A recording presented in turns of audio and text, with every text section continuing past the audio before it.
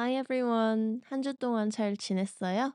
우리 오늘은 니클보이스 챕터 3까지 커버를 하면서 여러분들이 시험 준비를 하고 있다라면 우리 특히나 SAT나 토플 같이 외국 유학 준비를 하고 있는 친구들이라면 소설책을 활용해서 어떻게 그 시험들을 대비할 수 있는지 그런 팁들을 같이 한번 들어가 볼까 해요. 그래서 지난 영상에서도 이야기를 했지만 우리가 니클보이스를 총 6개 영상으로 들어갈 텐데 각 영상에서 그 시험에 나오는 유형들을 하나씩 다뤄보는 것도 좋을 것 같아요. 그래서 책을 읽으신 분들은 읽은 대로 같이 활용을 하면 되고 책을 안 읽으실 분들도 앞으로 다른 책을 보건 어떻게 보던 여기에 나오는 내용을 활용해서 단순하게 소설만 읽는 게 아니라 그 소설 읽기를 통해서 올바른 사고력을 기르고 그렇게 함으로써 본인들이 준비하는 시험에도 도움이 될 수 있도록 그런 정보들을 제공을 해 드릴까 해요.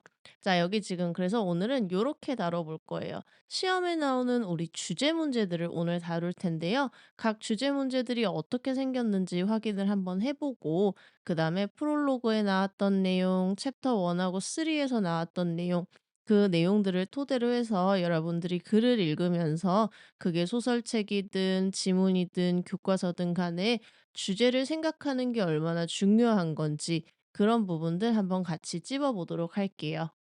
자, 그러면 우리 디지털 SAT에서부터 주제 문제에는 어떤 것들이 있는지 살펴보면 이렇게 제가 정리를 해 봤어요. 물론 단순하게 이렇게 메인 퍼포스, 메인 아이디어 라고 나오는 문제들도 있지만 그 외에도 여러분 주제를 활용해야 하는 문제들이 이렇게나 다양해요. 특히나 우리 학생들이 많이 어려워하는 요 두 번째 밑줄 쳐진 부분의 목적이 무엇이냐라고 하는 문제 그리고 네 번째, 우리 맨 끝에 빈칸 채우는 문제가 있어요. 그 문제도 마찬가지로 여러분들이 주제를 활용할 줄 알아야 되는 문제였어요. 그리고 마지막으로 우리가 소위 말하는 노트 문제라고 하는 거 있죠? 그것도 마찬가지로 주제를 활용할 줄 알면 얼마든지 노트를 보지 않고도 충분히 문제를 풀 수가 있습니다. 자, 요 노트 문제는요. 실제로 요렇게 요 토플 리딩에서 여러분들 마지막에 나오는 요약 문제 있죠? 요 요약 문제랑 같은 맥이라고 보시면은 돼요. 주어진 주제문을 기반으로 해서 내가 주제와 뒷받침 디테일에 대한 사고가 정확하게 박혀 있다라고 한다라면 지문을 활용하지 않고도 얼마든지 풀어 내려갈 수 있는 문제들이에요.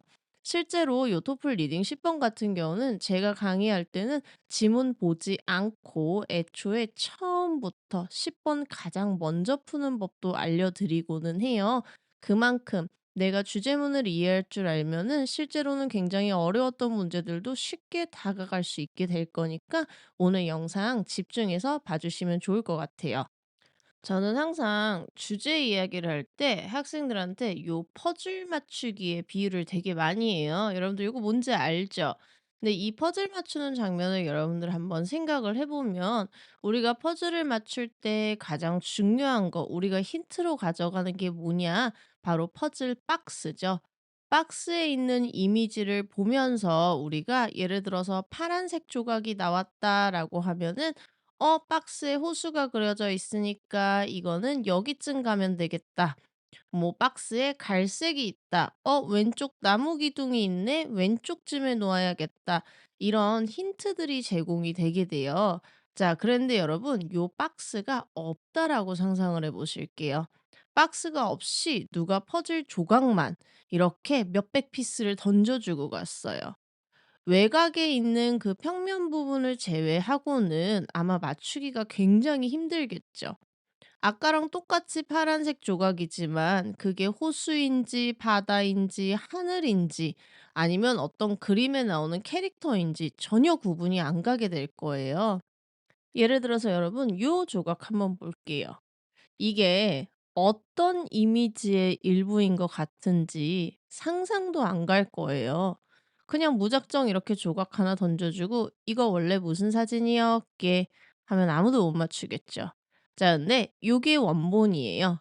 유니버셜에서 제가 미니언들 요 데코돼 있는 게 귀여워서 그 사진을 찍었던 건데 이제 요 원본 사진을 보게 되면 아까 이 조각하고 비교를 했을 때 아, 오른쪽에 벽이 있고 왼쪽이 노란색이니까 '요 부분쯤이겠다.'라고 하면서 인제 쪼끔 더 잘 보이게 되는 거죠.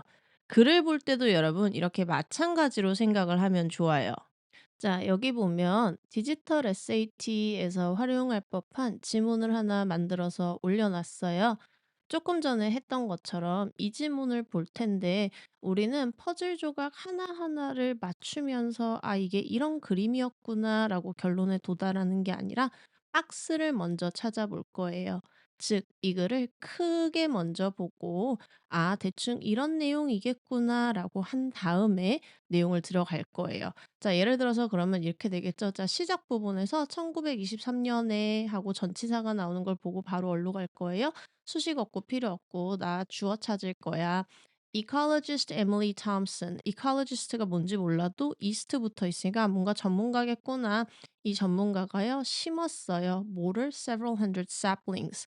saplings가 뭔지 몰라도 심었다 했으니까 뭔가 나무를, 식물을 심었겠구나. 자, 그리고 나서 뒤에 전부 수식구니까 제낄 거고요. These saplings, 자, 이러한 sapling들은요, 뭐예요? Were each assigned a specific environment. 자, 각각 특정한 환경에 지정이 되었습니다. 시간이 지나면서 over the years 규칙적인 평가가 진행이 되었어요. 50년 뒤에요. 대부분의 식물들이요. 어떤 신호를 나타냈어요. 그리고 어떻게 돼요? 이러한 신호들은 특히 2020년에 굉장히 뭐 했다? 도드라졌다. 요 정도로 일단 보는 거예요. 그러면서 뭐 하는 거야? 아, 뭔가 전문가가 나무를 심어서 규칙적으로 평가를 했구나. 아, 이 사람이 뭔가 연구한 걸 보여주는 글이구나. 이렇게 박스를 먼저 만들어. 그다음에 뭐 하는 거예요? 이제 구체적으로 들어가서 왜 심었지? 뭘 발견한 거지? 어떤 일을 구체적으로 했지? 하나하나 퍼즐 조각들을 맞춰 나가면 되는 거예요. 어떤 느낌인지 알겠죠? 자, 그래서 정리를 해보면 결국 우리가 말했던 퍼즐 박스가 곧 글의 주제가 될 거고요. 각각의 조각들은 그 주제에 걸맞는 세부사항이 되는 거예요. 내 퍼즐을 이야기할 때도 이야기를 했지만 내가 파란색 조각을 봤다라고 해서 그걸 무작정 하늘이다, 호수다, 박스에 맞지 않게 상상을 하게 된다라면 퍼즐을 맞추는데도 문제가 생기겠죠. 그래서도 마찬가지인 거예요. 내가 주제에 걸맞춰서 세부 사항을 이해를 할 줄 알아야지 세부 사항만 짜집기해서 내 맘대로 주제를 만들어내면은 안 되는 거예요. 우리 주제 문제를 힘들어하는 친구들이 특히 이런 습관을 가지고 있어요. 그래서 이런 올바른 습관을 기르는 게 굉장히 중요한데 이거는 여러분들이 시험 준비를 하고 있다라고 해서 꼭 SAT나 토플 뭐 이런 지문만 가지고 해야 되는 건 아니에요. 오늘 보여줄 것처럼 일반적인 소설을 볼 때도 마찬가지로 그냥 내가 어떤 글을 읽던 이러한 습관을 기르는 게 굉장히 중요해요. 그래서 지금부터는 우리 네클보이스 보면서 연습을 한번 해볼게요. 여러분들이 책을 처음 시작할 때 무작정 읽기 시작하기보다는요, 조금 전처럼 퍼즐 박스를 알고 들어가면 좋아요. 그래서 니꺼 보이스를 선택했다라면 구글이나 네이버에 들어가서 니꺼 보이스 줄거리 이 정도로 검색을 한번 해보세요. 글을 읽으면서 아, 이 책의 줄거리가 어떻구나. 주인공은 누가 될 거고 배경은 어느 나라, 어느 시대 이야기구나. 이런 사건들이 벌어지는구나. 라는 거를 파악을 하고 나서 책을 시작하시면 훨씬 더 내용을 이해하는 데 도움이 많이 될 수 있어요. 그래서 책을 시작하기 전에는 기왕이면은 간단한 검색은 해 보시는 거를 추천을 드려요. 자, 네꺼 보이스는 여러분 요렇게 챕터 1 전에 프롤로그라고 하는 부분이 있습니다. 라틴어로 프로는 먼저 미리, 로고스는 말, 먼저 하는 말이다라는 뜻이에요. 본격적으로 이야기가 시작되기 전에 내가 중요한 캐릭터, 세팅, 그리고 그 밖에 필요한 배경을 조금 이야기해 줄게 라고 할 때 작가가 포함을 시키는 부분이에요. 이 부분에서 우리의 주인공인 커리스가 등장을 하죠. 현재 시대에 있는 커리스는 여기에 나오는 것처럼 굉장히 어떻게 보면 시니컬하고 조금은 까칠한 모습이에요. 그리고 그 외에 우리가 여기서 읽었던 부분, 아이들의 시신이 발견이 되고, 그리고 거기에서 어떤 아픈 과거, 거기에 생존자다라는 것도 알 수 있죠. 이런 경험을 보고 우리는 아, 앞으로 책에서 이 과거가 등장을 하겠구나. 이 엘워드 커리스라고 하는 사람 그리고 니콜 보이즈라고 불려지는 이 사람들이 어떤 경험을 했었는지 '나는 지금부터 그 잔혹한 과거를 보게 되겠구나.' 요렇게 퍼즐 박스가 만들어지게 됩니다. 그러면 책 전체의 퍼즐 박스를 이렇게 만들어 놓고 챕터 1 부터 들어가게 될 거예요. 각각의 챕터를 읽을 때도 여러분들이 큰 주제는 잘 기억을 하면서 이게 이 박스에서도 어느 부분에 해당이 되는지 정확하게 이해를 하면서 읽으면 좋아요. 자, 우리 챕터 1 첫 줄부터 한번 같이 볼게요. Elwood received the best gift of his life on Christmas Day 1962. Even if the ideas it put in its head were his undoing. 이렇게 책이 시작을 하죠. 자, 1962년 과거로 돌아간 걸 알 수 있어요. 우리가 프롤로그에서 오늘날의 엘워드 크리스를 봤다라면 이제 엘워드가 1962년에 있었던 일입니다. 자, 미국 역사를 알고 있다면 1962년은 한창 언제예요? 미국에서 흑인 인권 운동이 한창 벌어지던 때죠. 여기에 대해서 더 궁금하신 분들은요, 이전 영상에서 제가 간략하게 설명을 해놨으니까 확인을 해주시면 돼요.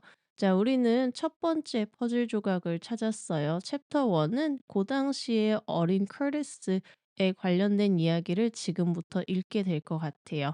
그래서 어린 시절에 어떤 일이 있었는지 차곡차곡 이 아이가 어떤 아이였는지 우리는 다양한 장면들을 보면서 배우게 되는 거죠. 챕터 1에서 나오는 엘우드는요, 호텔에 일하는 할머니와 같이 지내고 있어요. 그래서 호텔에서 한 가지 특징적인 경험이 나오죠. 우리 고객이 두고 간 백과사전 세트를 두고 아이를 대상으로 직원들이 장난을 쳐요. 거기에서 우리는 크리스가 아, 책과 지식을 참 좋아하는 아이구나, 똑똑한 아이구나. 그다음에 두 번째는 뭐예요? 약간은 순진한 구석이 있구나. 이런 어린아이였구나라는 거를 보게 됩니다. 챕터 2를 시작할 때 보시면은요. 인제 새로운 퍼즐 박스가 나오죠. 우리 인제 부엌 주방이죠. 우리 호텔의 주방과는 빠이빠이를 하고 새로운 공간으로 가나 봐요. 그럼 우리가 읽을 땐 뭘 해야 되는 거예요? '어 어디로 가는 거지? 거기서는 무슨 일이 있는 거지?' 하고 보게 되는데요. 여기에서 커리스의 새로운 직장에서 우리는 이 아이가 굉장히 정의감에 불타는 부도덕한 걸 보면은 참지 못하는 '이런 친구구나.'라는 거를 또 보게 돼요. 그래서 친구들이 무언가 훔치는 걸 봤을 때도 대놓고 이야기를 하고요. 그래서 실제로 집에 가다 보면은 그 친구들한테 보복을 당하기도 하죠. 그럼에도 불구하고 커리스는 기죽지 않아요. 오히려 dignity 요 존엄성이라는 거를 이야기하면서 본인의 신념을 굳게 믿는 것을 볼 수 있습니다. 마지막 챕터 3부터는요. 인제 뭐가 나오냐면 학교 생활을 하는 크리스의 모습이 보여지게 돼요. 그래서 첫 줄에서 보면은요. 학교 첫날 이 학교의 친구들은 뭐를 해야 되냐면 옆에 있는 백인들 학교에서 받아온 교과서 그리고 거기에 낙서된 것들을 지우는 거를 보고 있어요. 그걸 통해서 우리는 다시 챕터 1에서 봤던 이 시대상에 대해서 다시 한번 리마인드가 되는 거죠. 그래서 학교에서의 커리스는 어떤 아이이고 그리고 이러한 시대상이 이 아이에게 끼치는 영향, 특히 행진에 참여를 하면서 어떻게 느끼는지 '아 뭔가 변화했어. 나 성장했어. 그게 이래. 그래 이게 나야.'라고 하는 커리스의 모습을 우리는 보게 됩니다. 자, 다시 한번 정리를 해보자면 우리가 챕터 1은 백그라운드라고 할게요. 할머니 밑에서 자란 커리스는 할머니가 일하는 호텔에서 많은 시간을 보냈고 거기에서 우리는 이 아이의 성격을 조금 알게 되었고요. 챕터 2에서는 새로운 아르바이트 자리를 구하면서 일을 하는 커리스는 어떤 모습인지 어떤 성격을 가졌는지 조금 보게 되었고요. 마지막 챕터 3는 학교 생활이었죠. 그래서 학교에서 있었던 사건들, 학교에서 만난 선생님을 통해 나간 행진, 그리고 거기에서 성장하는 아이의 모습을 확인할 수 있었습니다. 자, 그러면 지금부터는 방금 본 퍼즐 박스를 이용한 글 이해하기를 다양한 시험에 적용되는 지문에서 한번 연습을 해볼까 해요. 시험 대비를 하는 분들이 아니더라도 영어로 이런 수준의 지문을 내가 주제를 먼저 이해하고 정확하게 독해할 수 있다라는 면에서는 유의미한 연습이니까 꼭 같이 따라해 보시면 좋을 것 같아요. 그러면 첫 번째 질문부터 확인해 보겠습니다. 자, 시험에 나오는 지문 같은 경우에는요, 제목이 없는 경우가 굉장히 많아요. 그래서 우리가 퍼즐 박스다라고 하는 거를 직감적으로는 알 수가 없기 때문에 영어 글의 기본 구조를 활용해서 체크를 할 겁니다. 영어 글의 기본 구조는 어떻게 되느냐? 오늘 알아야 될 거는 딱 요거 하나만 알면 돼요. 영어 글의 경우 대부분은 맨 앞 문장이 주제문이에요. 두 번째 문장에서 버트가 존재하지 않는 한 여러분들은 첫 줄만 읽고 잠깐 생각하는 '아 이게 박스구나.' 하고 사고하는 시간을 갖게 될 거예요. 여기서 같은 경우는 첫 줄 지금 이렇게 돼 있죠. "Norwegian explorer became the first woman to ski solo and unsupported to the South Pole in 1994." 1994년에 이분이요 최초의 여성 솔로 스키 그리고 도움 없이 저기에 간 사람입니다. 여기까지 읽고 바로 다음 문장 들어가지 마요. 생각하세요. 그럼 이 글은 뭐에 관련된 걸 거예요? 아, 이 사람이 1994년에 어떻게, 왜 혼자 저기를 갔는지, 도움 없이 무슨 일이 벌어졌는지, 이런 일들이 나오겠구나. 요렇게까지 생각을 하고 지문에 들어가게 되면, 이제 그 다음에 그냥 단어들만 보더라도요, 여러분, wind라는 단어, freezing temperature이라는 단어, 50일이라는 단어, 이런 단어들이 보면서 어때요? 아, 가서 고생했구나. 바로 퍼즐 박스들이 맞춰지기 시작하죠. 단어 하나하나 읽지 않아도 이렇게 박스가 주어지기 때문에 여러분들이 조각을 맞추기가 굉장히 편해지는 거예요. 이런 상태로 글을 읽어 내려가고 그리고 옆에 4 개의 보기 중에 이 글의 주제에 해당하는 정답이 하나 있습니다. 자, 시간 30초 재드릴 거고요. 여러분들 한번 간단하게 읽어 보고 주제 맞춰 보실게요.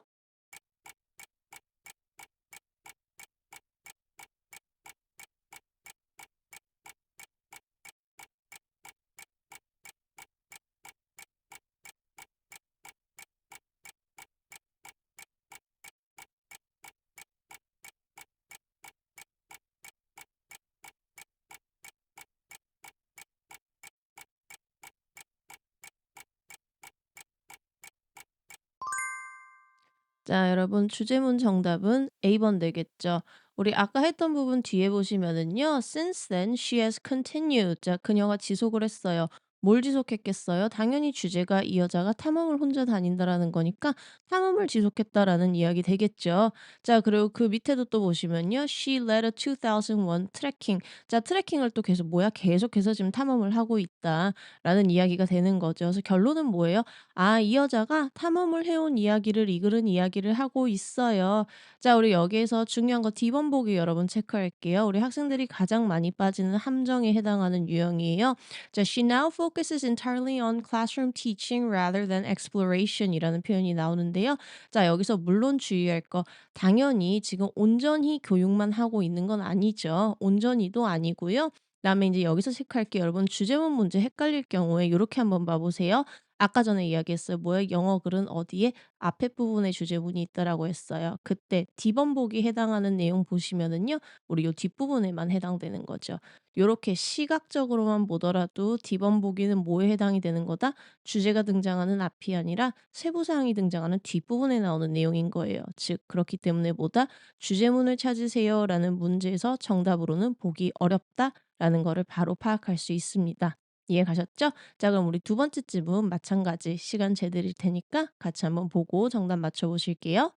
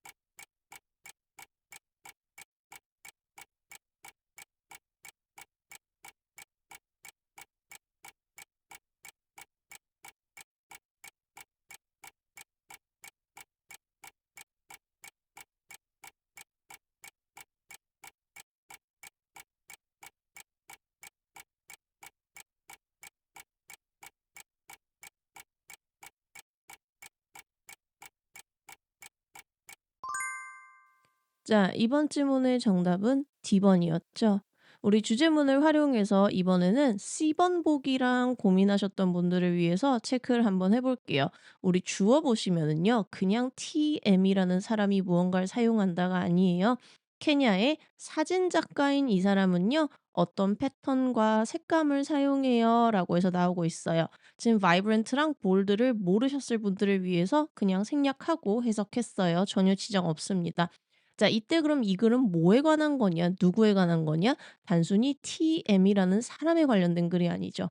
사진 작가 TM이라는 사람에 관련된 거예요. 그럼 이 사람의 사진이 어떤지, 어떤 색깔, 어떤 패턴, 그래서 거기에서 이 사람이 추구하는 게 뭔지 예술적인 예술인으로서의 소개가 나온다라는 거죠. 자, 그랬을 때 10번 확인해 보실게요. 우리 유일하게 4개의 보기 중에서 뭐가 빠져 있냐?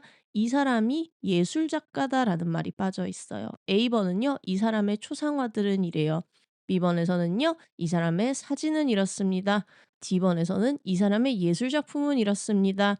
근데 유일하게 C는 어때요? 이 사람은 전통적인 gender roles, 어떤 성별의 역할을 갖다가 거부했어요 라는 말을 하고 있죠. 이 사람이 그런 건 아니죠. 물론 틀린 내용이기도 하지만 이 사람의 작품을 통해서 이런 거를 추구했습니다. 라는 게 주제에 훨씬 더 걸맞는 내용이 되는 거예요. 그래서 C를 헷갈리셨던 분들은 어떤 분들이냐면요. 항상 지문을 읽는 속도가 조금 빨라요. 아니면 급해요. 그래서 대략적으로는 이해를 하지만 이렇게 디테일적인 부분, 그렇지만 중요한 디테일에 해당하는 부분을 놓치는 경우가 굉장히 많아요. 그래서 주제문을 보면서 아까도 이야기했지만 급하게 대충 무슨 말인지 알겠어. 이렇게 넘어갈 게 아니라 저 photographer이라는 표현 하나만 가지고도 사고하면서 읽는 연습 해 보시는 거를 추천드립니다. 자, 그러면 다음 질문 넘어가 볼게요.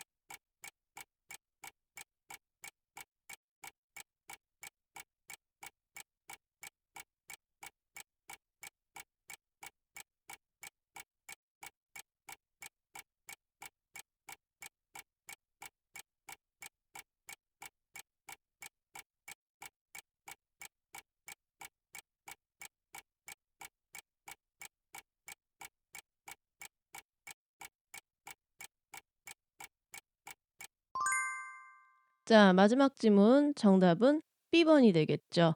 이글도 마찬가지로 우리 DS라고 하는 어떤 예술가 그의 작품에 관련된 지문이 되겠죠. 그래서 여러분들이 읽으면서 자, 첫 줄에서 이 조각가는 어떤 테마를 가지고 한다?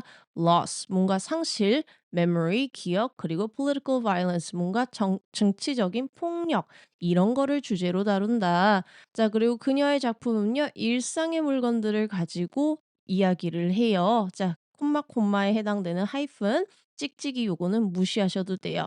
자, 그다음 문장 one of 앞으로는 보는 순간 for example이랑 똑같이 취급할 거예요. 그중에 하나가 대표적인 예시라는 같은 말이거든요. 자, 근데 우리는 주제를 알아볼 거기 때문에 이런 세부사항 예시는 필요하다, 안 필요하다?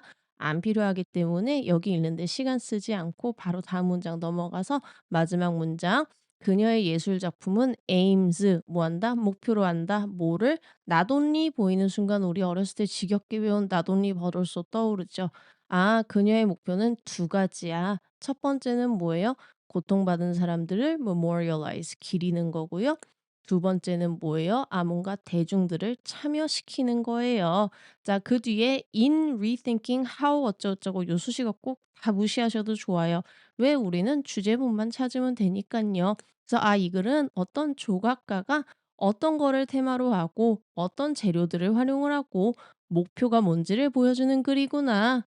요렇게 정리하면 되겠죠? 그래서 정답은 B번 가시면 되겠습니다.